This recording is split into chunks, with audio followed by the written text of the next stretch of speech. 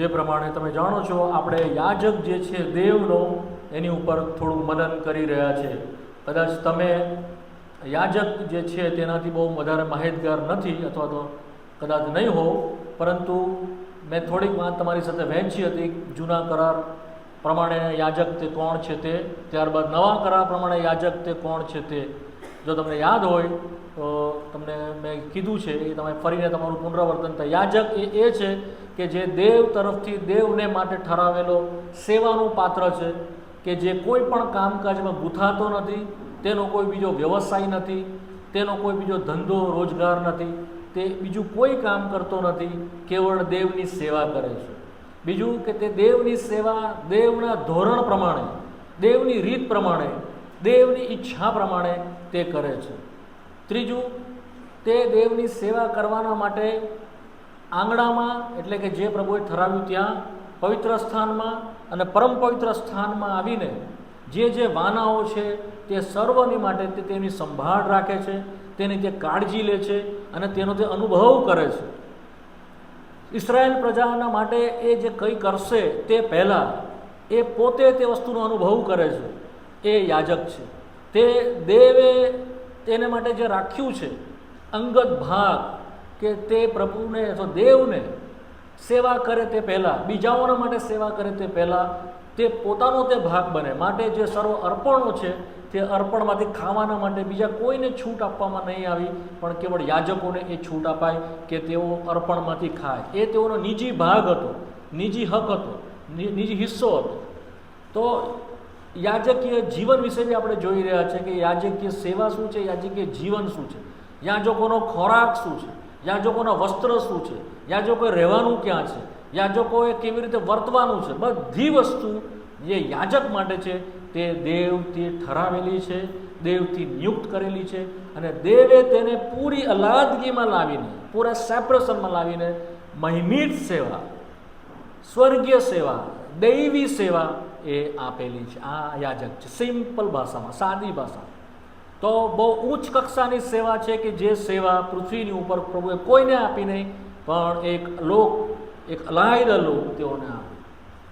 ઘણું બધું તમારી સાથે મેં વહેંચ્યું છે. હવે રિપીટ કરવા જઈશ બહુ બધું, પછી નવું નહીં ભણાય એટલે છોડી દઉં છું. તમે તમારા જૂના વિડીયો મૂકીશું તેમાં તમે જોજો. નવા કરારમાં પણ પ્રભુએ આપણને કૃપા આપી. પ્રભુ ઈસુ ખ્રિસ્તને પ્રભુએ પ્રમુખ યાજક બનાવ્યો છે મલ્કીસેદેકના ધારા પ્રમાણે, અને આપણને તેની સાથે પ્રભુ એક કરીને યાજકીય સેવાની અંદર પ્રભુ આપણને દાખલ કર્યા છે. તે વિશે આપણે પિત્તરના પત્રમાં વાંચી ગયા કે ઈસુ ખ્રિસ્તમાં તમે પાસે બોલાવ્યા, યદી કરીએ તમે આત્મિક યજ્ઞો જે દેવને પ્રસન્ન છે તે કરવાના માટે તમે પ્રભુની આગળ આવો. અંધકારમાંથી છોડાવ્યા અને લખે છે તમારા સદગુણો તમે પ્રગટ કરો. આત્મિક યજ્ઞો દ્વારા, જીવન દ્વારા તમે સેવા પ્રભુની કરો. એ માટે નવા કરારની અંદર પ્રભુએ દરેકને યાજક પદ આપ્યું. યાજકો કયા? ગઈ વખતે તમારી સાથે જે વહેંચ્યું તે જૂના કરારમાંથી તે મેં તમારી સાથે કહ્યું કે યાજકીય સેવા શું છે, યાજકોનું જીવન કેવું છે. તો પહેલાં આપણે યાજકીય સેવાની શરૂઆત કરી. યાજકો અર્પણો કરતા હતા. શું કરતા હતા? આંગણામાં અર્પણ કરતા હતા. શું કરતા હતા? કેટલા પ્રકારના અર્પણ મેં કીધા હતા? 5 પ્રકારના અર્પણ ત્યાં જોઈએ છે કે તેઓ કરતા હતા. એ અર્પણ વિશે લેવીઓના પુસ્તકના 1 થી 5 અધ્યાયમાં લખેલા છે. પરંતુ એ અર્પણો વિશે આપણે જોયું નહોતું, અને એ આપણો વિષય નથી કે અર્પણો શું છે, અર્પણો કેવી રીતે. That is not our point. આજે એ આપણો વિષય નહોતું, માટે એને નહીં જોયું. પણ 5મા અધ્યાયથી 7મા અધ્યાય સુધીમાં યાજકની સાથે એ અર્પણનો શું ભાગ છે, શું લેવા દેવા છે, તે આપણે જોયું હતું કે દરેક અર્પણ એ યાજકનો અનુભવ હોવો જોઈએ. શું હોવો જોઈએ? યાજકનો અનુભવ. દોષાર્થાર્પણ તો એ યાજકનો અનુભવ હોવો જોઈએ. પાપર્થાર્પણ તો એ યાજકનો અનુભવ હોવો જોઈએ. ખાદ્યાર્પણ તો એ યાજકનો અનુભવ હોવો જોઈએ. સાત્યાર્પણ તો એ યાજકનો અનુભવ હોવો જોઈએ. દહન્યાર્પણ તો તે યાજકનો અનુભવ હોવો જોઈએ. જો એ અનુભવ નથી તો એ બીજાઓના માટે સેવા કરી શકતો નથી, અને તે તેમાંથી ખાઈ પણ શકતો નથી. એનો વ્યક્તિગત અનુભવ બને છે. બીજું, તે તેની કાળજી રાખે છે. શું કરે છે? નથી વળતે તેનો અનુભવ છે અર્પણો, પણ તે અર્પણોની શું કરે છે? Is a caretaker of this all offering. તેનું ધ્યાન રાખે છે, તેની કાળજી રાખે છે, પોતાને શુદ્ધ રાખે છે. કેવી રીતે સેવા કરવી, એક ક્રમ જે આપ્યો છે તેને તે કાળજી રાખે છે. શું કરે છે? ધ્યાન આપે છે, ધ્યાન રાખે છે. ગમે તેમ ગમે તેવી રીતે પોતાને પસંદ પડે, પોતાને ગમે એવી રીતે નહીં, પણ જે કંઈ માપદંડ, જે કંઈ ક્રમ પ્રભુએ આપ્યો એને બરાબર ધ્યાનમાં રાખીને તે કાળજીપૂર્વક એ અર્પણોની સેવા કરે છે. ક્યાં કરે છે? તે આંગણામાં. ક્યાં કરે છે? પવિત્ર સ્થાનમાં, એટલે મુલાકાત મંડપમાં, પણ આંગણામાં. એ વિશે મેં તમારી સાથે ગઈ વખતે બતાવ્યું હતું. આ છે મુલાકાત મંડપ, અને આ મુલાકાત મંડપની અંદર આ પવિત્ર સ્થાન છે, એની પાછળ પરમ પવિત્ર સ્થાન છે. આ ખાસ ભાગ છે, પણ જે આંગણું જે છે એ આ બધો ભાગ છે. અને અહીંયા આગળ આ શું છે? વેદી છે. શું છે? દેખાય છે બધાને? હા, શું છે? પિત્તળની વેદી છે. કેટલાની? શાની? હા, જ્યાં આગળ દણિયાર્પણ ચડાવે છે. 5 પ્રકારના અર્પણો દણિયાર્પણ તે ચડાવી રહ્યો છે. તો આ જે 5 પ્રકારના અર્પણ જે ચડાવે છે તેનો તે અનુભવ બને છે. શું બને છે તેનો? હા, અનુભવ બને છે. અને પછી જોઈશું આપણે. 4 ખૂણા છે, 4-4ની ઉપર સિંગ લગાવેલા. શું છે? સિંગ છે આમ. અને અહીંયા આગળ લોહી છાંટવાનું લગાડવાનું હતું. તેના ખૂણાઓમાં લોહી નીચે પડવાનું હતું, અને વેદી ઉપર તેનું દહન કરવાનું હતું. અર્પણ સંપૂર્ણ રીતે તેનું દહન કરવાનું હતું. દેખાય છે? પૂરેપૂરું 5 પ્રકારના અલગ અલગ. અમુક અર્પણની અંદર ફક્ત ચરબી અને એ બધું દહન કરવાનું હતું. માંસ જે છે તે યાજકનો ભાગ હતો. શું હતો?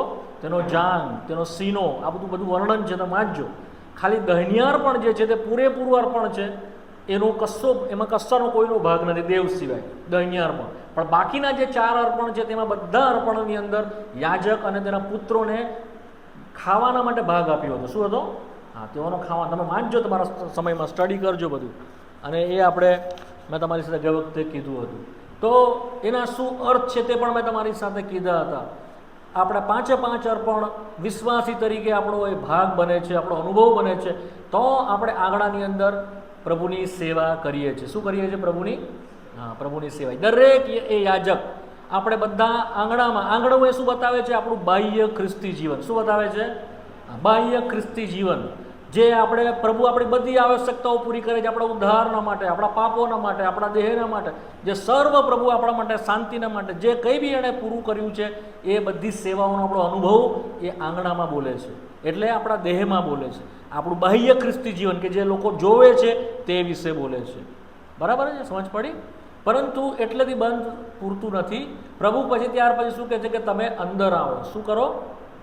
અંદર આવો.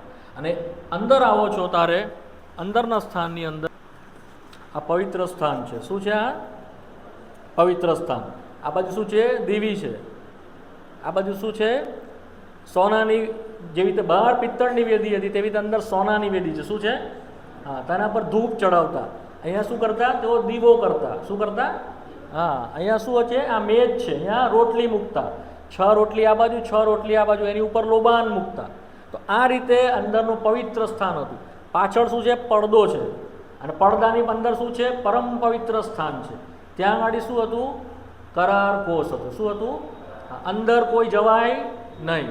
વર્ષમાં એકવાર પ્રમુખ યાજક લોહી લઈને પ્રાયશ્ચિત માટે જોતું. અંદર પ્રભુ પોતાની સાથે આ પ્રાયશ્ચિત સ્વીકારતા અને વાત કરતા. અંદરના ભાગમાં અંદર જવાની કોઈને પરમિશન હતી. જો કોઈ જાય તો તે માર્યો જાય. સમજ પડી તમને? તો આ પવિત્ર સ્થાન છે. જો અંદર તમને દેખાશે, થોડોક પડદો ખુલ્લો કરીને બતાવ્યો છે. અંદર જો આ પ્રમાણે કરાર કોષ છે. દેખાય છે? હા, દેખાય છે ને દૂરથી? અચ્છા. આ પ્રમાણે જો એ લોકો ધૂપ ચડાવતા, આ પ્રમાણે દીવી સળગાવતા, અને આ બાજુ રોટલી હતી. આ પ્રમાણે અંદરનો જે ભાગ હતો તે હતો. હવે અંદર પણ જે બાબતો છે તેને આજે જોઈશું ધીમે ધીમે, જેટલું પ્રભુ આપણને કૃપા આપે એટલું. સૌથી પહેલાં ત્યાં આગળ એ વસ્તુને આપણે સમજીએ કે અંદરનું જે છે તે આંતરિક ખ્રિસ્તી જીવન બોલે છે. શું બોલે છે? અંદરનું ખ્રિસ્તી જીવન. શું બોલે છે? બોલો મારી સાથે.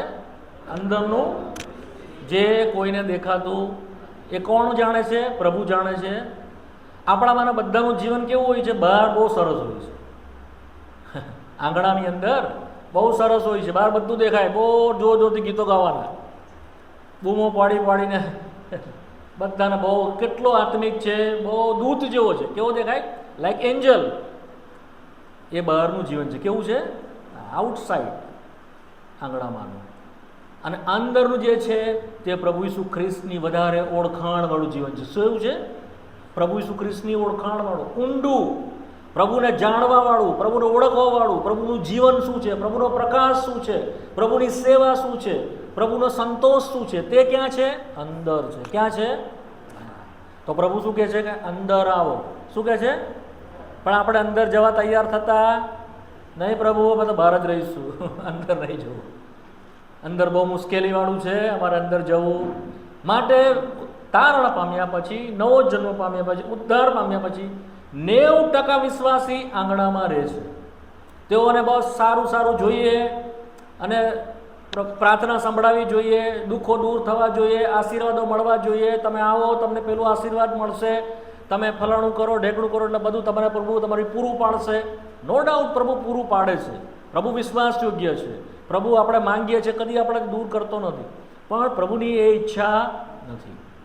પરંતુ જેમ જેમ આપણે આત્મિક રીતે આપણી ઈચ્છા વધતી જાય છે, આત્મિક રીતે આપણે દ્રઢ થવા માટે, પ્રભુને શોધવાના માટે આપણું મન આપણે પ્રભુ તરફ કરીએ છીએ, તો પ્રભુ શું કરે છે? આપણને માહે લઈ જવાના માટે પ્રેરણા કરે છે. શું કરે છે? માહે લઈ જવાના માટે ઇન્સ્પિરેશન કરે છે. કેવી રીતે? તમે પૂછશો કે અંદરનો વાસ્તવિક ખ્રિસ્તી કેવી રીતે ખબર પડે? અંદરનો વાસ્તવિક જીવન કેવી રીતે ખબર પડે? તો મેં તમને ગઈ વખતે કીધું હતું કે બહાર જે છે તમે ઘણી પ્રાર્થનાઓ કરશો, પ્રભુને કહેશો, પ્રભુ મને ફલાણું ફલાણું આપ, મારી મુશ્કેલી છે, મારો રોગ છે, મારી પેલી તકલીફ છે, તો પ્રભુ સાંભળી હશે અને તે પૂરું કરશે. થોડાક વર્ષો સુધી તમે નવો જન્મ પામશો ને, થોડાક વર્ષો સુધી બહાર પ્રભુ તમારી બધી આવશ્યકતાઓ પૂરી કરશે. તમે જોશો 5 વર્ષ પછી અથવા અમુક વર્ષો પછી પ્રભુ તમારી પ્રાર્થના બંધ થઈ જશે સાંભળતા. શું કરશે પ્રભુ? પ્રભુ સાંભળશે, પ્રભુ જવાબ આપશે. પ્રભુ તમે ઘણી પ્રાર્થના કરશો, માંગ કરશો, પ્રભુ કોઈ ઉત્તર નહીં આપે. કેમ? કારણ કે પ્રભુ એમ કહેવા માંગે છે કે હું તારા બહારના જીવનના માટે જ પૂર્યો એટલો નથી ઈશ્વર. હું જે તમારા માટે સ્વર્ગમાં ચડી ગયો, હું તમારા માટે જે ઉઠેલો, પુનરુત્થાન પામેલો, પિતાને જમણે હાથે બિરાજેલો છું, મારા નામમાં તમને બધો માંગવાનો અધિકાર છે. પરંતુ હું નથી ચાહતો કે તમારા માટે હું એ જ ઈસુ ખ્રિસ્ત રહું કે જે બહારથી તમારા માટે મદદ કરનારો, દેવને જમણે હાથે ઉઠેલો, બેસેલો અને ઉઠાવાયેલો પરમેશ્વર કે પ્રભુ છું. એટલો જ તમારા માટે હું ચાહતો નથી. હું તમારો આંતરિક પ્રભુ બનવા માંગુ છું. અંદરનો. કેવો? અંદરનો.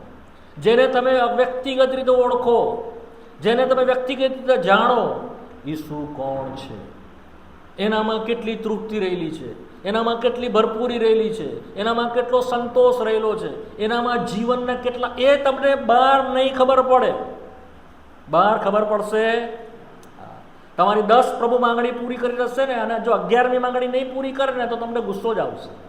કેમ? કારણ કે તમે બહાર જ છો. તમે હજુ પ્રભુને ઓળખ્યો, પ્રભુને જાણતા, એના પ્રેમને જાણતા નથી, એના જીવનને જાણતા નથી, એના મારેલી તૃપ્તિને જાણતા નથી. માટે પ્રભુ શું કરે છે? પ્રાર્થનાઓ સાંભળતો બંધ કરી દે છે, દુઃખોમાં લઈ જાય છે, કસોટીઓમાં લઈ જાય છે, દુઃખની ઉપર દુઃખ, મુશ્કેલીની ઉપર મુશ્કેલી, અને પ્રોબ્લેમના પાર રહેશે નહીં. આ તમને ખરેખર કહું છું, જે ખરું વાસ્તવિક જીવન ખ્રિસ્તી છે ને, તે બહાર નથી, અંદર છે. એના માટે પ્રભુ તમને દબાણમાં લાવશે, ભયંકર કસોટીઓમાં લાવશે અને પ્રેશર તમને કરશે, જેથી કરીને તમે ક્યાં જાઓ? અંદર જાઓ. તમે સમજ પડે છે હું જે કહેવા માંગુ છું? ક્યાં જાઓ? અંદર જાઓ. અંદર શું છે? પ્રભુની રોટલી છે. શું છે? હા, મેં બતાવી તમને રોટલી. રોટલી બતાવે. શું બતાવે છે? જીવન બતાવે છે. શું બતાવે છે?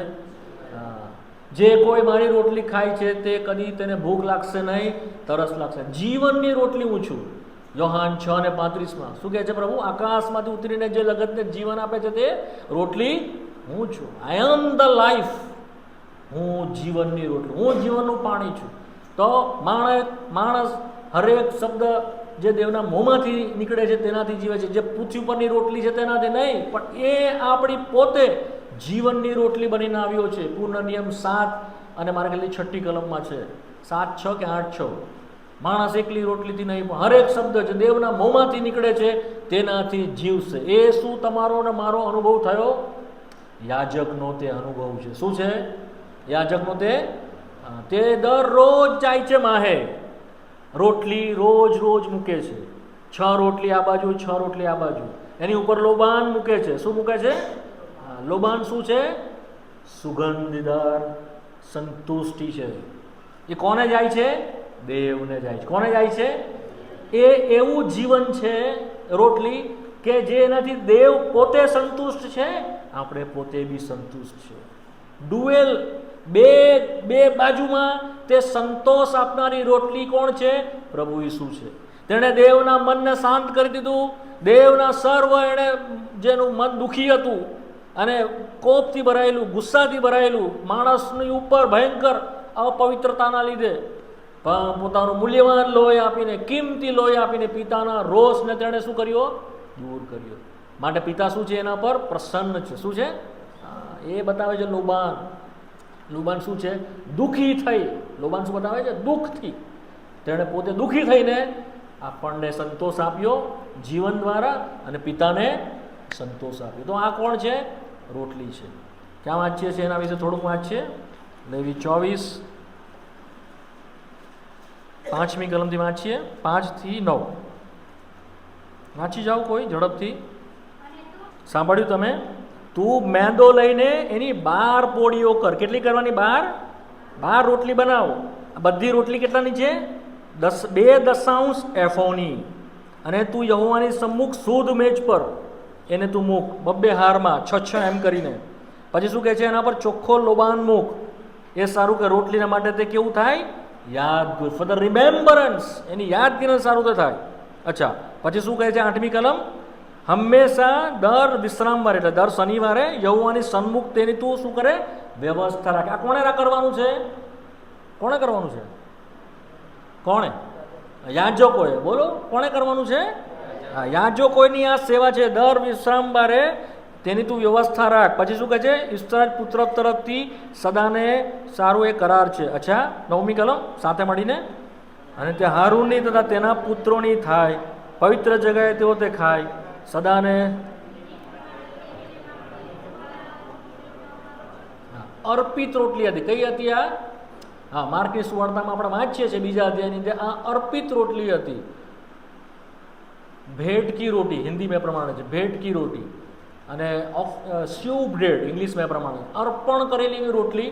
અને તે કોનો ભાગ હતો? યાજકોનો ભાગ હતો. કોનો હતો? બીજાઓને ભાગ નહોતો. જ્યારે દાઉદ અને તેના સાથીઓએ ખાધી ત્યારે પ્રભુ પોતે કીધું કે એ તેઓને ખાવાના માટે ઉચિત નહોતી, કેમ કે તે યાજકોને અપાયેલી છે, બીજા કોઈનો ભાગ નથી. આ શું બતાવે છે વાલાઓ? એ આપણો વ્યક્તિગત ભાગ છે. તે યાજક જાણવું જોઈએ. યાજકનો બીજો કોઈ ભાગ નથી. આ આપણે જાણવું જોઈએ. તો જ્યારે આપણે યાજકીય સેવાને આપણે કરવાના માટે આગળ આવીએ છીએ અને માહે જેવા બેસીએ છીએ, એ આપણે ખબર પડે છે કે હવે જો મારો કોઈ સંતોષ છે, મારી કોઈ તૃપ્તિ છે, મારો કોઈ જીવનનો આધાર છે, અથવા જેનીથી હું જીવન પામી શકું એવો એકમાત્ર કોઈ સ્ત્રોત છે, તો તે ઈસુ ખ્રિસ્ત છે. એ કોનો અનુભવ થવો જોઈએ? યાજકનો. કોનો અનુભવ થવો જોઈએ? યાજકો કોણ? સુનીતાબેન. યાજકો કોણ? નિખિલભાઈ. યાજકો કોણ? આશીષભાઈ. યાજકો કોણ? ફ્રેન્કલિનભાઈ. એનો એ નિજી ભાગ હિસ્સો થવો જોઈએ. શું? ઈસુ ખ્રિસ્ત સિવાય મારો બીજો કોઈ સંતોષ નથી, મારો કોઈ બીજો તૃપ્તિનો આધાર નથી. મારું જીવન જો કોઈની પર ટકેલું છે, રોટલી શું છે? જીવન માટે. શા માટે છે? જો મારું આત્મિક જીવન કોઈ ટકેલું છે, આધાર રાખે છે, તે કોના ઉપર છે? ઈસુ ખ્રિસ્તની ઉપર. માટે યોહાનની સુવાર્તાના 15માં મારાથી નિરાળાને તમે કંઈ કરી શકતા નથી. તમે મારામાં રહો ને હું તમારામાં રહીશ. એ જે દ્રાક્ષાવાળાનું ઉદાહરણ છે તે પણ આ જ બતાવે છે. We are completely depend upon him. આપણે સંપૂર્ણપણે એના પર આધારિત એવું આપણે છે. તો આત્મિક જીવનમાં જ્યારે આપણે અંદર બેસીએ છીએ ત્યારે આપણે શું કરીએ છીએ? એના ઉપર આધાર રાખતા શીખીએ છીએ. એ આપણો સંતોષ બને છે. તો આપણી પ્રાર્થનાઓ બદલાઈ જાય છે. દુઃખો તો ત્યાં જ છે, મુશ્કેલી તો ત્યાં જ છે, કટોકટી તો ત્યાં જ છે, પણ આપણી પ્રાર્થના કેવી થઈ જાય છે? બદલાઈ જાય છે. હવે આપણે એમ નથી કહેતા પ્રભુ મને ગાડી આપ, બંગલો આપ, મને નોકરી આપ, મને સારું ઘર આપ, મને ખેતરો આપ, એવું આપણી પ્રાર્થના રહેતી. એ કોણ પ્રાર્થના છે? બહારનો ખ્રિસ્તી, કે જે બહારની વાત શોધે છે. પણ જે અંદરનો ખ્રિસ્તી છે, જે અંદર આવ્યો માહેના ભાગમાં, જે ઈસુ ખ્રિસ્તની ઉપર આધાર રાખતો થયો, તે શું કહે છે? મને આ કશું જોઈતું નથી, મને કોણ જોઈએ છે? તું જોઈએ છે. કોણ જોઈએ છે? જે મારી તૃપ્તિ છે. કારણ કે જો તું મને મળશે, આ બધું મને નહીં મળે તો પણ ચાલશે. શું એ તમારો અનુભવ બન્યો? હા કે ના? તો તમે માહે આવેલા ખ્રિસ્તી છો, તો તમે યાજકીય સેવા માટે અંદર આવેલા ખ્રિસ્તી છો. વાલાઓ, તમારી કે મારી પાસે ગમે એટલું ધન હોય તો પણ તે સર્વ આપણી તૃપ્તિ નથી. અનુભવથી કહું છું, અનુભવની સાથે કહું છું. જેઓની પાસે નથી અને કહે છે એ વાત નથી, પણ આ સર્વ બાબતોનો ઉપભોગ કરીને હું જાણું છું ને અનુભવથી કહું છું. પુષ્કળ પૈસા, પુષ્કળ રાજ રચેલું, પુષ્કળ ધન સંપત્તિ, માન મોભો અને તમારો વૈભવ અને તમે કીર્તિ, તમારા એમ્બિશન્સ, તમારું બધું પૂરું થાય, એ બધામાં તૃપ્તિ નથી. સાંભળો છો બેન? સુઈ નહીં જાઓ, ડોન્ટ સ્લીપ.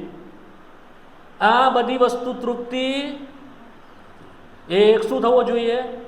શું થવો જોઈએ? અનુભવ. શું થવો જોઈએ? અનુભવ. જો અનુભવ નથી તો યાજકીય સેવા થશે નહીં. યાજકીય સેવા થશે. યાજકીય સેવા શું છે? આત્મિક યજ્ઞો ચડાવવા. શું ચડાવવા? જે માહેથી નીકળે છે. ક્યાંથી નીકળે છે?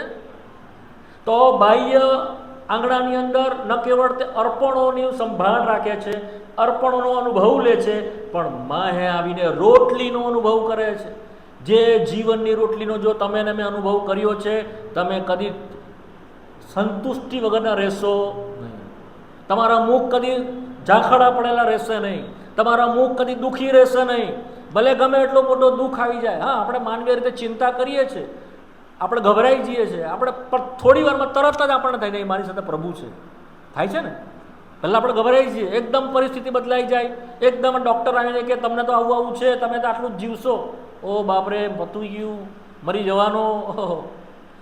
શરૂઆતમાં કદાચ 1-2 વાર થાય, તરત શું થાય છે?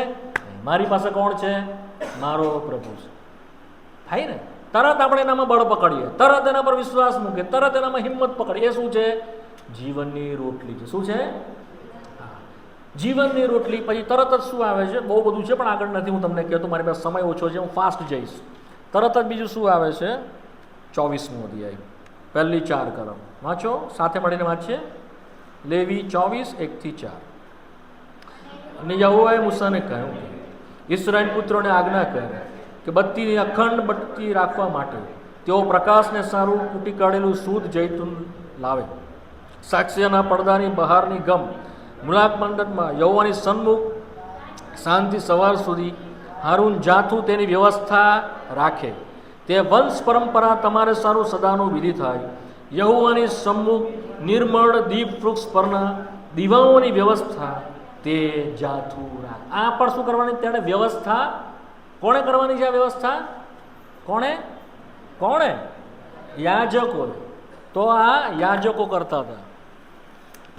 જો આ રોટલી એ આપણે જોઈ લીધું. આ પ્રમાણે તેઓએ દીવી સળગાવવાની હતી. શું હતી? લેમ્પ. શું કહેવાય છે? દીપવૃક્ષ છે. એમાં તેઓએ દીવો કરવાનો હતો. 7 હતા. કેટલા હતા? 1 2 3 4 5 6 7. 6 આ બાજુ, 6 આ બાજુ, વચ્ચે એક. અને આ પ્રકારે તેઓએ દીવી સળગાવવાની હતી. હવે આ શું બતાવે છે? પહેલું રોટલી શું બતાવે છે? શું બતાવે છે? જોરથી બોલો. જીવન. જ્યારે દીવી શું બતાવે છે? પ્રકાશ. શું બતાવે છે? જો જીવનનો અનુભવ નથી, પ્રકાશનો અનુભવ આવશે. જીવનનો અનુભવ નથી, આંતરિક રીતે ખ્રિસ્તી તરીકે, અંદરનો ખ્રિસ્તી કે જે પ્રભુ ઈસુના જીવનને જાણતો જ નથી, જીવનનો અનુભવ નથી, તેની પાસે આંતરિક પ્રકાશ હશે નહીં. અંદર પ્રભુની ઓળખાણ થશે, પ્રભુને જાણશો, તો જીવન ને પ્રકાશ એકબીજાની સાથે જોડાયેલું છે. શું છે? જોડાયેલું. યોહાનની સુવાર્તા 1લો અધ્યાય 4થી કલમ. યોહાન 1 અને 4. એનામાં જીવન હતું. તે જીવન માણસોનું શું હતું? જીવન કોણ છે? ઈસુ ખ્રિસ્ત. કોણ છે? અને એ જ જીવન કોનું અજવાળું છે? માણસોનું. કોનું? હા, તમને સમજ પડી વાતમાં? તો આપણે જ્યારે અંદર પ્રભુને જ્યારે ઓળખીએ છીએ, આપણું જે જીવન તરીકે એને સ્વીકારીએ છીએ કે એ મારું જીવન છે, એના વગર હું મરી જઈશ, એના વગર હું આત્મિક રીતે જીવી શકીશ નહીં, એના વગર મારું કશું જ નથી, મારો સંપૂર્ણ આધાર એના પર છે. જ્યારે એ આપણે સ્વીકારી લઈએ છીએ ત્યારે આપણે પ્રકાશ પામીએ છીએ. શું કરીએ છીએ? અંદર. પ્રકાશ ક્યાં છે? બહાર. દિવીનો પ્રકાશ ક્યાં છે? બહાર સૂર્યપ્રકાશ છે, પણ અંદર બીજું કોઈ લાઇટ નથી દિવી સિવાય. સમજ પડી? આખું બંધ છે ચારે બાજુથી. મેં ફોટો બતાવ્યો તમને, ચારે બાજુથી બંધ છે, 3 લેયર છે એના ઉપર. હમણાં મુલાકાત મંડપનો સ્ટડી નથી કરતા એટલે ડિટેલ નહીં આપીએ, બટ આખું બંધ છે ચારે બાજુથી. અંદર દીવીનો જ પ્રકાશ છે, બીજો કોઈ પ્રકાશ. એ ક્યાં છે? અંદર છે. આત્મિક જીવન છે ને અંદરથી પ્રકાશિત થાય છે. શું થાય છે? બહારથી નહીં. બહારથી શું આવે છે? જ્ઞાન આવે છે. શું આવે છે? બાઇબલનું ઘણું શિક્ષણ, ઘણું વાંચવું, ઘણી સ્ટડી એ આપણને જ્ઞાન આપે છે અને અભિમાની બનાવે છે. શું બનાવે છે? અભિમાની બનાવે છે. એ આપણને પ્રકાશિત કરશે જ્યાં સુધી એ આપણો અનુભવ નહીં થાય. જે દિવસે તમારો અનુભવ પ્રભુ ઈસુ બનશે તો આ જે લિખિત શબ્દ છે એ તમારા માટે શું થશે? અંદરથી પ્રકાશ થશે. શું થશે? આ લખાયેલો શબ્દ તમારા માટે પ્રકાશ બનશે. એના માટે કોઈ આપણને કશું કહેવું નહીં પડે, આપણે અંદરથી થશે કે નહીં આ માર્ગ છે, આની પર હું ચાલું. યોહાનની સુવાર્તા 8મો અધ્યાય. યોહાનની સુવાર્તા 8મો અધ્યાય 12મી કલમ. હા હા હા હા હા. અંધારામાં નહીં ચાલશે પણ જીવનનું અજવાળું પામશે. જો બીજો 12મો અધ્યાયમાં આવી જાઓ તો આપણે 1-2 કલમ છે જોઈ લો. 12મો અધ્યાય 46મી કલમ.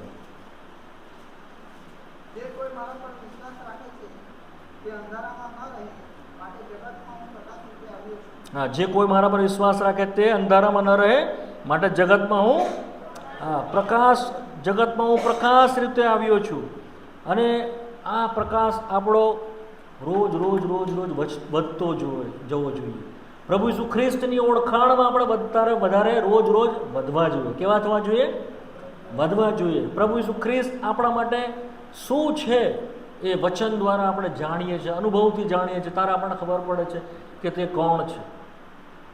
હું માનું ત્યાં સુધી કે તમે તમારી સાથે હું આવતો થયો, તમને વાત કરતા થયા, તમને પ્રભુ ઈસુ ખ્રિસ્ત વિશે ઘણી બધી વાતો કરી. શું તમે તે પહેલાં એના વિશે એટલું જાણતા હતા પ્રભુ ઈસુ ખ્રિસ્ત વિશે? હા, જે ગીતો આપણે તમે વાંચો છો, ગાઓ છો સિયોન ગીતમાં, એમાં જે બધું લખેલું છે પ્રભુ ઈસુ ખ્રિસ્તની કેટલી બધી ઓળખાણ છે. આપણે મને ગીત ગયા ને, ઓ મેરા મન ગયા મસીહ મેં મુझे ક્યાં મિલા, ઈસુ ખ્રિસ્તમાં મને શું શું મળ્યું છે, તમે કેટલું બધું ગાઈ ગયા. રાજાઓ કા રાજા એ ગીત તમે ગાઈ ગયા, કેટલું બધું તમે ગાઈ ગયા. તો એનાથી આપણને ખબર પડે છે પ્રભુ ઈસુ ખ્રિસ્ત મારા માટે કોણ છે. એ શું છે? પ્રકાશ છે. શું છે? તમને ખબર પડી. તમને શું થયું? ઈસુ ખ્રિસ્તની ખબર પડે. હવે એવું નથી કે ખાલી આવીને મારા ગામમાં આવીને મને સારો કરે, મને બધી રીતે સાજુ તંદુરસ્તી કરે, નોકરી ધંધો રોજગાર આપીને મને ધનવાન બનાવે, એટલા પૂરતું બહારના આંગણાની વાત નથી. એ જરૂરનું છે, ના નથી, પરંતુ એટલી પૂરતી વાત નથી. પણ 50 વર્ષ 80 વર્ષ પછી મારા માટે તે અનંતકાળમાં શું છે તે અહીંયાથી તમને ખબર પડવા માંડે છે. જે આત્મિક ખ્રિસ્તી છે એક દિવસ એના વગર જીવી શકતો નથી, એના વગર ચાલી શકતો નથી. જો તમને એમ કહેવામાં આવે કે મને એમ કહેવામાં આવે કે આજે તમારાથી પ્રભુ ઈસુ અમે લઈ લઈએ છીએ તો તમે એના વગર જીવી શકો, એ વાત છે. તમે સમજ પડી હું જે કહેવામાં?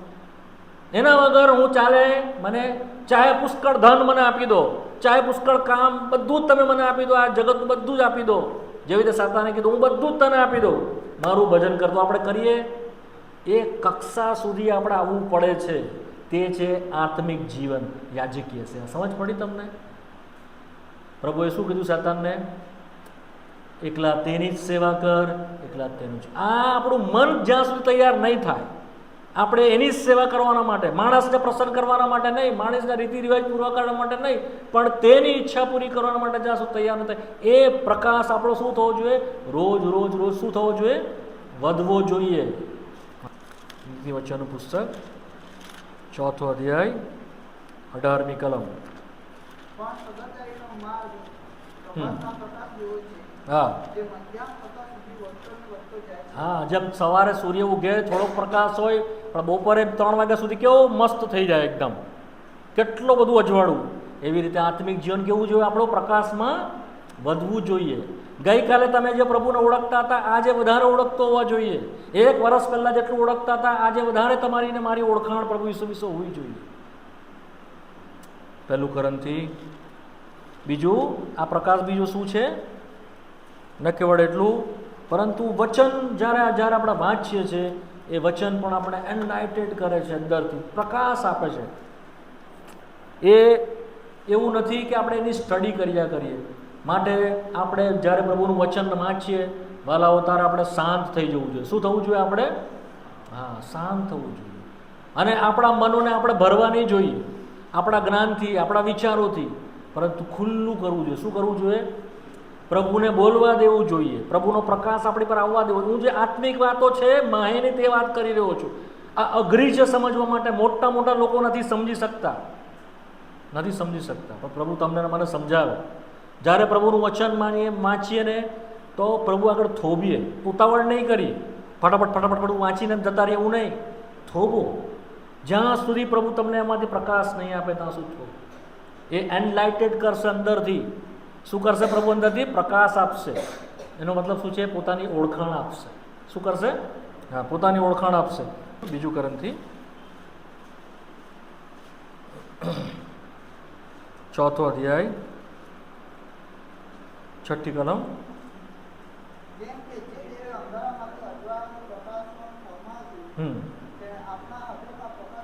તેણે આપણા હૃદયમાં પ્રકાશ પાડ્યો છે.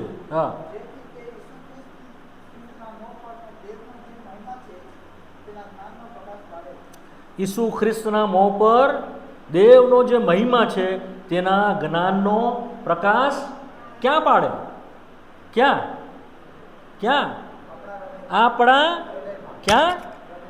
અંદર. એ કયો પ્રકાશ છે?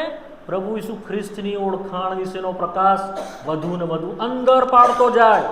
તે રાજાઓનો રાજા છે, તે પ્રભુનો પ્રભુ છે, તે એકાકી પરમેશ્વર છે, સર્વશક્તિમાન છે, તે જીવનનો સ્ત્રોત છે, તે તૃપ્તિનો આધાર, વગેરે વગેરે વગેરે. એ ક્યાં થવું જોઈએ? અંદર થવું જોઈએ, મગજમાં નહીં. સમજ પડી મારી વાત? અનુભવમાં. જો તમારો મારો અનુભવ થશે તો આત્મિક રીતે તમે અંદર યાજકીય સેવા કરશો.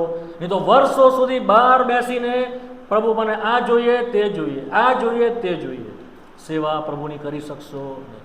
તો ભલો અંદર આવીને એ પ્રકાશ આપણે પામવો જોઈએ. અને એ પ્રકાશ કેવી રીતે છે? ધીમે ધીમે. જો ત્રીજો અધ્યાય 14મી કલમ. અઘરી કલમ છે પણ વાંચીએ. હા.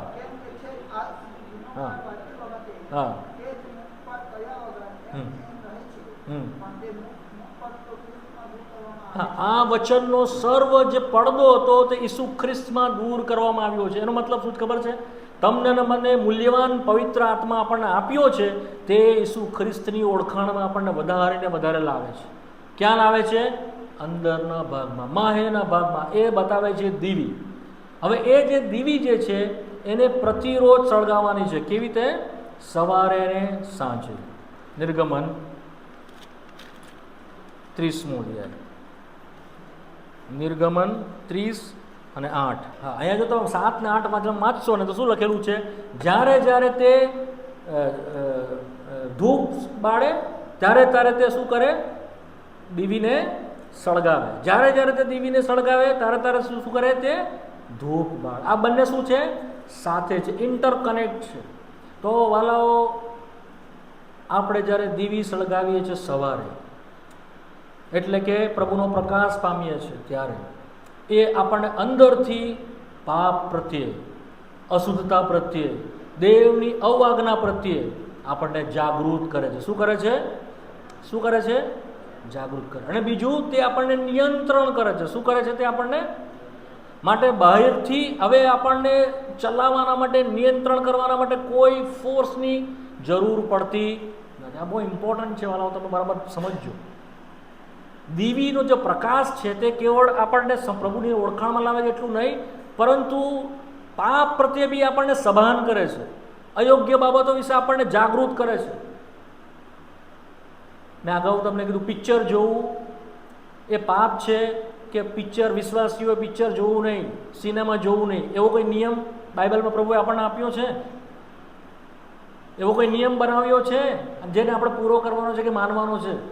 ના, એવો કોઈ નિયમ દેવના વચનમાં પિક્ચર વિશે કે સિનેમા વિશે આપ્યો નથી. તો એ કોણ કહે છે આપણને? કોણ? અંદરથી. કોણ કહે છે? કોનો પ્રકાશ છે? પ્રભુનો પ્રકાશ. અંદરથી પ્રકાશમાન કરે છે. તે આપણને પ્રકાશ આપે છે કે આ નહીં કરવાનું. સમજ પડે છે? જે કોઈ બાબત વિશે આપણે પ્રભુનું વચન શોધવા નથી બેસતા કે આની કા કલમ લખેલી છે. અંદરથી એ પ્રકાશ આવવો જોઈએ. હું એ કહેવા માંગુ છું, એટ ધેટ ટાઈમ પર દેવનો આત્મા આપણને પ્રકાશ આપે છે. મારા દીકરા, આ મારી ઈચ્છા નથી. મારા દીકરા, આ જગ્યા મારા તરફથી નથી. આ સંગત મારા તરફથી નથી. આ લોકો મારા તરફથી. કોણ કહે છે આપણને? અંદરથી. એ શું છે? પ્રકાશ છે. શું છે? પ્રકાશ. એ યાજકનો અનુભવ છે. એ અંદરથી પ્રકાશ આવ્યો અને એ પ્રકાશ ખાલી આવીને જાણ કરે છે એટલું નહીં, પણ એ પ્રકાશ શું કરે છે? કંટ્રોલ કરે છે. શું કરે છે? આખામાં અજવાળું કરી નાખે છે. એટલો બધો કંટ્રોલ કરે છે કે આપણે પગ આપણા એ અટકી જાય છે. ગીતશાસ્ત્ર 119 ને 105, તારું વચન મારા માર્ગોને સારું દીવારૂપ છે ને તે મારા પગોને સારું અજવાળા રૂપ છે. એ મને ખાલી પ્રકાશ આપે છે, બતાવે છે, એટલું જ નહીં, પરંતુ સાથે સાથે એ મને કંટ્રોલ બી કરે છે. એ મને સાચવે છે. એ મને સંભાળીને ચાલવાના માટે કહે છે, અહીંયા ફાંદો છે, અહીંયા શત્રુનો જોખમ છે, અહીંયા તું જઈશ તો દીકરા પડી જઈશ, ખોટી આદતમાં ફસાઈ જઈશ, પાછા આવવાના માટે મુશ્કેલી પડશે. તો એ શું કરે છે? આપણને સલાહ આપે છે, સાથે સાથે શું કરે છે? કંટ્રોલ કરે છે. આપણી ઈચ્છાઓને બદલે છે આ પ્રકાશ. શું કરે છે?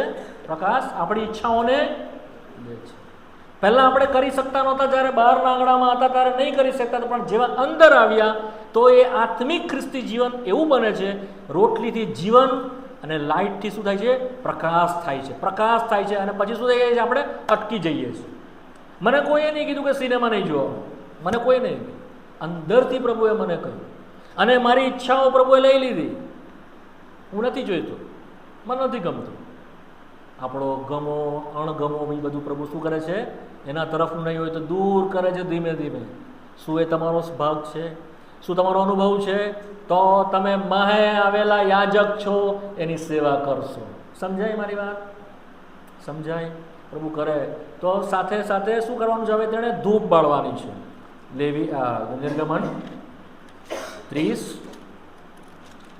નિર્ગમન 30 પહેલી કલમ, સાક્ષ્ય પરના દયાસન આગળ તું, આ છે એ વેદી. શું છે?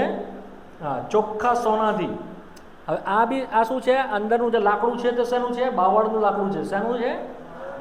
બાવળનું લાકડું. એનું કોઈ મૂલ્ય નહીં, કોઈ વિસાત નહીં. તમે માર્કેટમાં લેવા જાઓ તો એને કોઈ પૈસા નહીં આપે. કેમ? વળી જાય, પાકું થઈ જાય. એક ખિલ્લી બી જાય નહીં એમાં. જાય ખિલ્લી બાવળના લાકડામાં? નહીં જાય. એનો કોઈ દરવાજા બનાવે, બારી બનાવે? નહીં બનાવે. એને શું કરવાનું? બાળવાનું. શું કરવાનું?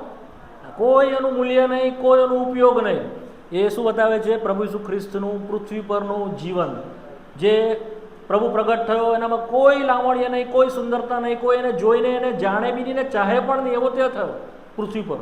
આપણે ગયા અઠવાડિયે જોઈ ગયા પ્રભુ ઈસુ ખ્રિસ્તનું આખું જીવન. જો નહીં આવ્યા એ લોકોએ બહુ બધું ગુમાવ્યું પ્રભુ ઈસુ ખ્રિસ્તને જાણવા વિશે. તો એ બાવળનું લાકડું બનીને આવ્યો. પરંતુ જ્યારે પ્રભુ ઉઠ્યો, એનો સ્વર્ગીય સ્વભાવ અને જે દૈવીય જીવનના કારણે તેને શું કર્યું છે? સોનાથી મળી દેવામાં આવ્યું છે. કેવી રીતે? હવે બાવળનું લાકડું દેખાતું, હવે નિર્બળતા દેખાતી, પછી શું છે? ચારે બાજુ સ્વર્ગીય સોનું. શું છે? સ્વર્ગીય જીવન બોલે. શું બોલે છે? દેવનું જીવન વિશે બોલે છે. અચ્છા, એની ઉપર શું ચડાવવાનું છે?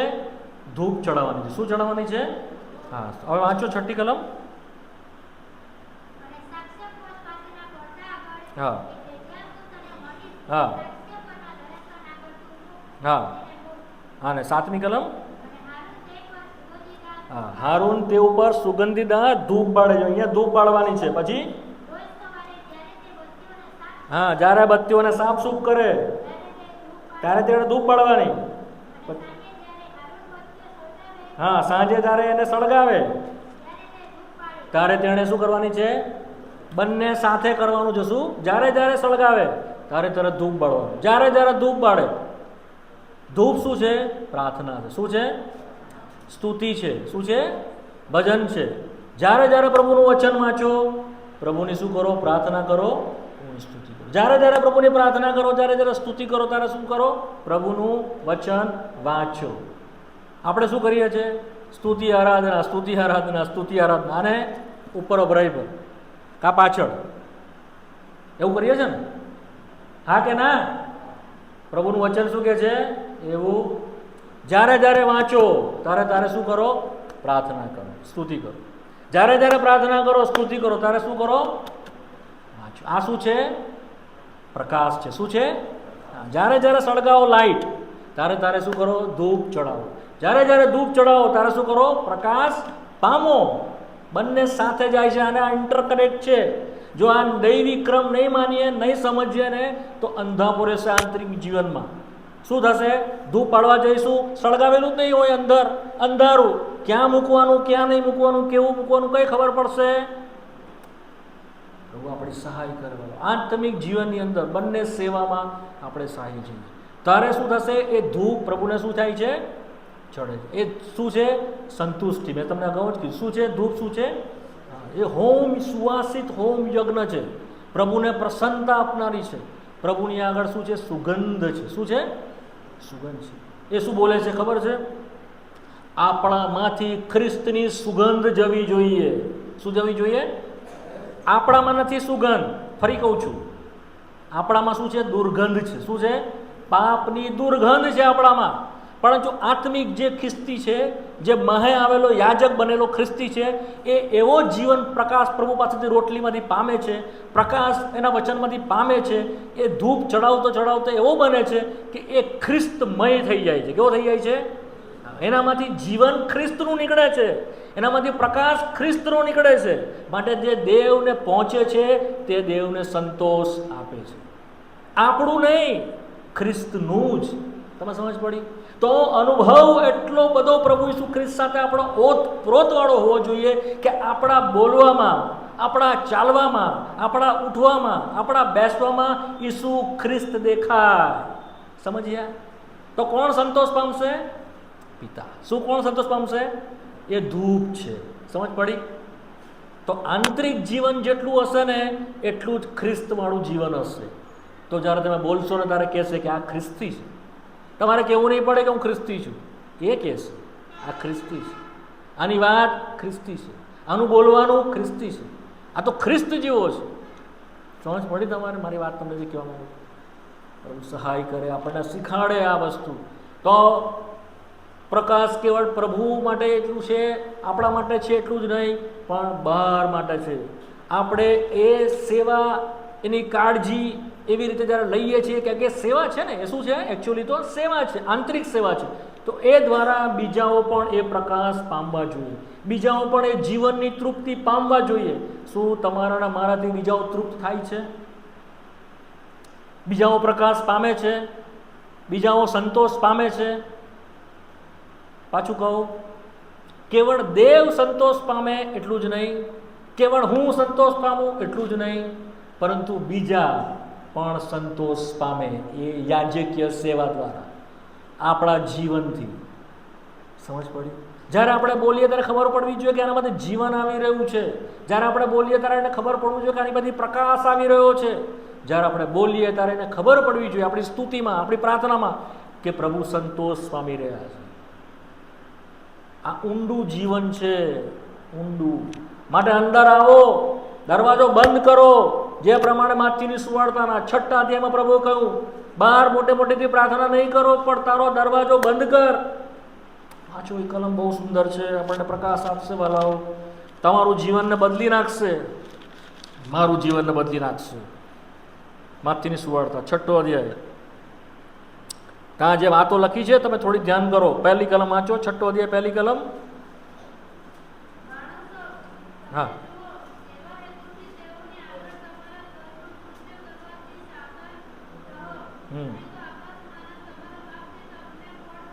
હા, આ સેવા બહાર છે. ક્યાં છે?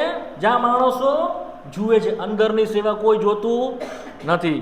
ત્યાં ધર્મ કરો નહીં, એનાથી તમને કઈ બદલો મળવાનો નથી. અચ્છા, અંદરની સેવા શું છે? બીજી કલમ. હા,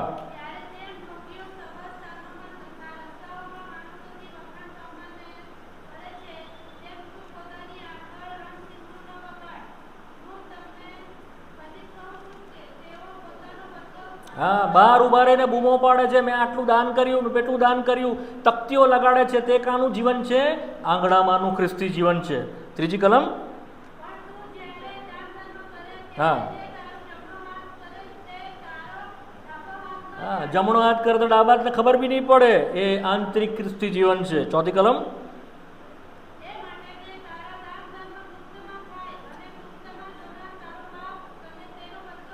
દાન ધર્મ ક્યાં થાય? ગુપ્તમાં. અને કોણ બદલો આપશે? કોણ? કોણ? ના પણ ક્યાં? ગુપ્તમાં જોનાર. જ્યાં કોઈ નહીં જોતું ત્યાં કોણ જુએ છે? તે તમને બદલો આપશે. એ ક્યાં જીવન છે? આંતરિક ખ્રિસ્તી જીવન છે. પછી તમે વાંચો પ્રાર્થના વિશે, જો 5મી કલમ. જ્યારે તમે પ્રાર્થના કરો ત્યારે ઢોંગીઓ જેવા ન થાવ, કારણ કે માણસો તેઓને જુએ માટે સભાસ્થાનોમાં, રસ્તાના નાકાઓ પર ઊભા રહીને પ્રાર્થના કરવાનું તમને પસંદ છે. હું ખચત કહું છું કે તેઓ પોતાનો બદલો પામી ચૂક્યા છે. 6ઠ્ઠી કલમ સાથે મળીને વાંચીએ. કારણ જ્યારે તું પ્રાર્થના કરે ત્યારે તારી ઓરડીમાં પેસ, તારું બારણું બંધ કરીને ગુપ્તમાં તારા બાપની પ્રાર્થના કર, ને ગુપ્તમાં જોનાર તારો બાપ તને બદલે આપશે, વગેરે વગેરે. તમે વાંચજો, બહુ અદ્ભુત છે. આ જીવન તમે કરો છો, જીવો છો, તો તમે અંદર આવેલા ખ્રિસ્તી છો.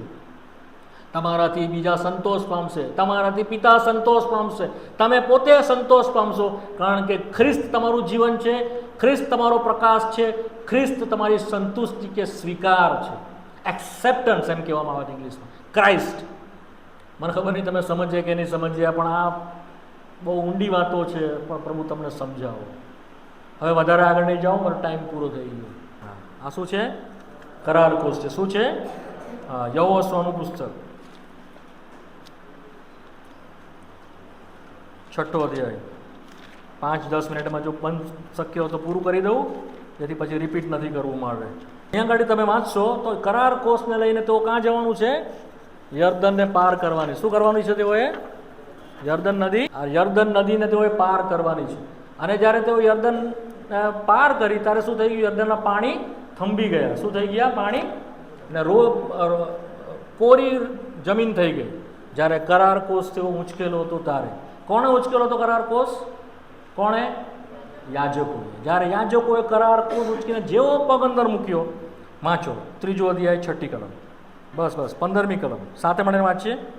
અને કોષ ઉંચકનારા જ્યારે યર્દનની પાસે આવ્યા ને કોષ ઉંચકનારા યાજકોના પગ નદીના પાણીમાં પડ્યા, કેમ કે કાપડીની આખરી ઋતુમાં યર્દન નદી કાંઠાની ઉપર થઈને છલોતાઈ જતી હતી, ત્યારે ઉપલી તરફથી વહેનાર પાણી ઠરી રહ્યું અને ઘણે દૂર સુધી, એટલે 7.5 પાણી આદમનગર સુધી ઢગલો થઈ ગયું અને પાણી વહેતું બંધ થઈ ગયું. 17મી કલમમાં કહે છે, યહોવાનો કોષ ઉંચકનારા યર્દનની વચ્ચે કોરી ભૂમિ પર ઊભા રહ્યા અને સર્વ યર્દન કોરી ભૂમિ પર ચાલીને પહેલે પાર ગયા અને પાણી થંભી ગયું. હવે બીજી વાત, કરાર કોષ મેં તમને કહ્યું હતું, મેં સમજાવ્યું છે કરાર કોષ તે શું છે, અંદર શું હતું, કેવી રીતે તેને બનાવવાનું હતું, લાકડાનું બનાવવાનું હતું, બાવળના લાકડાનું, સોનાથી મળવાનું હતું, દયાસન હતું, દયાસનની ઉપર 2 કરુબો હતા, વગેરે વગેરે છે.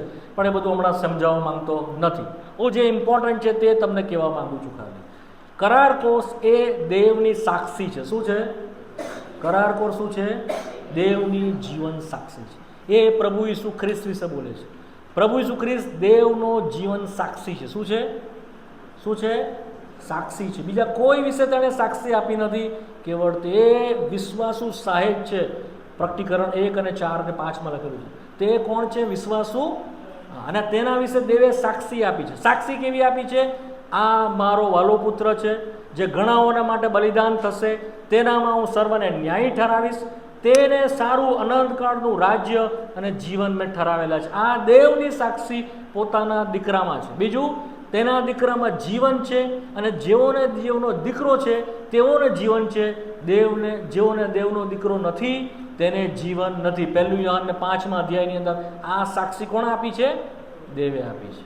પ્રભુ ઈસુ ખ્રિસ્ત એ કોણ છે? દેવની.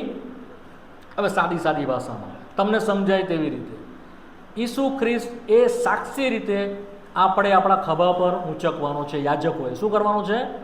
યાજકોએ શું કરવાનું છે ને?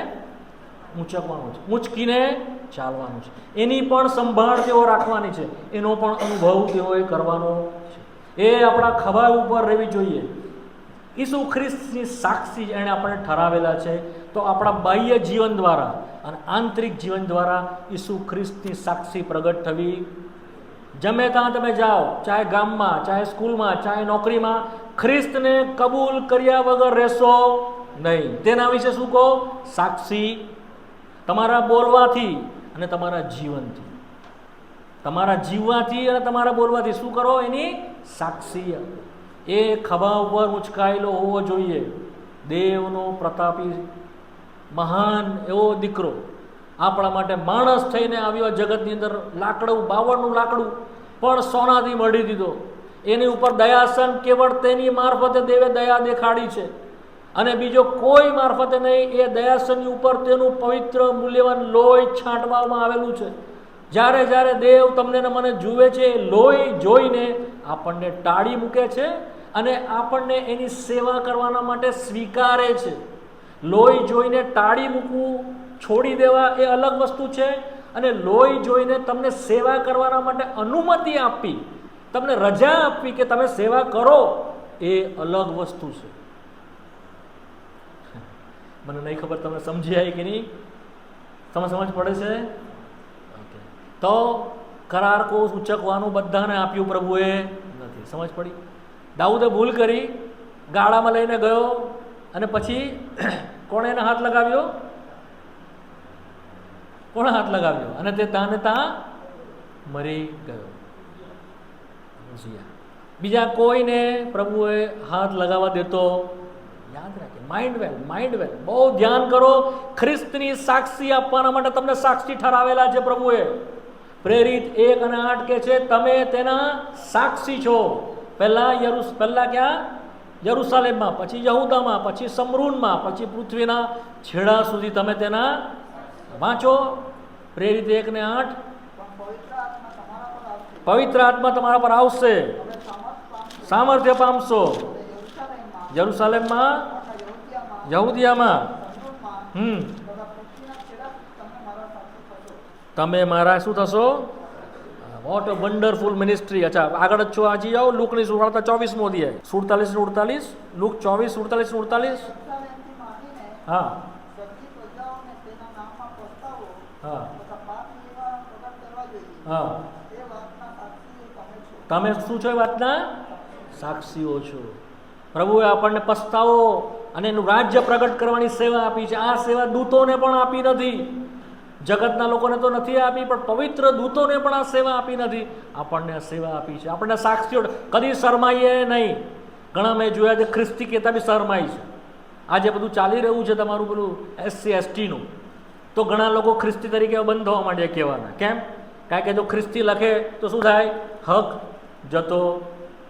જે હક હતા આપણા SC/ST ના તે મળે તો લખતા નથી ખ્રિસ્તી, કહેતા નથી ખ્રિસ્તી. કિંમત ચૂકવવી પડશે. એ હક પૃથ્વી ઉપરનો જતો કરવા તૈયાર છો ખ્રિસ્ત નામને લીધે? આવશે એવો દિવસ, આવશે. હું ડેમ શ્યોર સાથે કહું છું તમને, પ્રભુ એવો દિવસ તમારા પર લાવશે અને જેવો તમારી પસાર થશે તેવો ઊભા રહેશે. યર્દન નદી શું છે ખબર છે? ભયંકર મરણનો અનુભવ છે. જો એ સાક્ષી લઈને ઊભા રહ્યા, અટકી ગયું પાણી. પ્રભુ તમને સમજાવે. બહુ આત્મિક ને ઊંડી વાતો છે, માર્વલસ. જો એ સમય આવશે, સરકાર એટલી કઠણ થશે, તમારી પાસેથી હક લઈ લે, કોઈ તમને લાભ નહીં મળશે. SC/ST ના શું ખ્રિસ્ત બની રહેશો? ખ્રિસ્તીને પકડી રાખશો? પ્રભુ ચેક કરશે. Are you ready? પ્રભુ સહાય કરે. અઘરું છે, બટ પ્રભુ સહાય કરશે. વિશ્વાસની કસોટી થાય, પ્રભુ તમને ઊભા રાખે, મને ઊભો રાખે. પ્રભુ આપણને સહાય કરે. બજાર આગળ નથી જવું. આની જ નહીં પણ આખા મુલાકાત મંડપને બી તેઓ ઉઠાવી રાખતા હતા.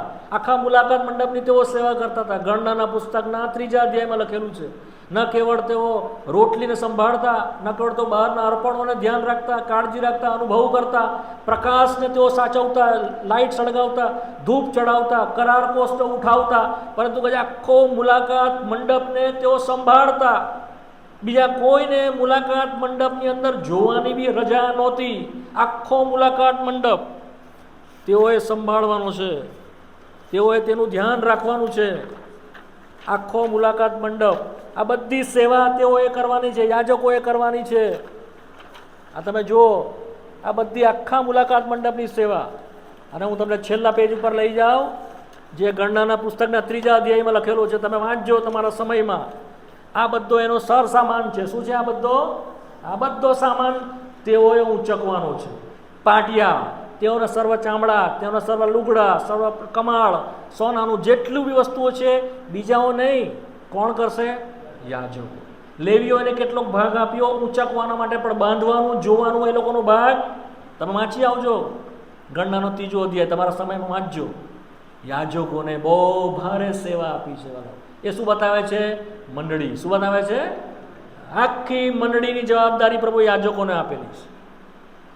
વધારે આગળ નહીં જાઓ, પ્રાર્થના કરીએ, આગમન કરીએ, થોડોક સમય શાંત રહીએ, વિચારીએ, પોતાને પ્રયોગ કરીએ. બાથરૂમ ટોયલેટમાં ન જાઓ, મહેરબાની કરીને થોડોક સમય બાથરૂમ ટોયલેટમાં નહીં જાઓ.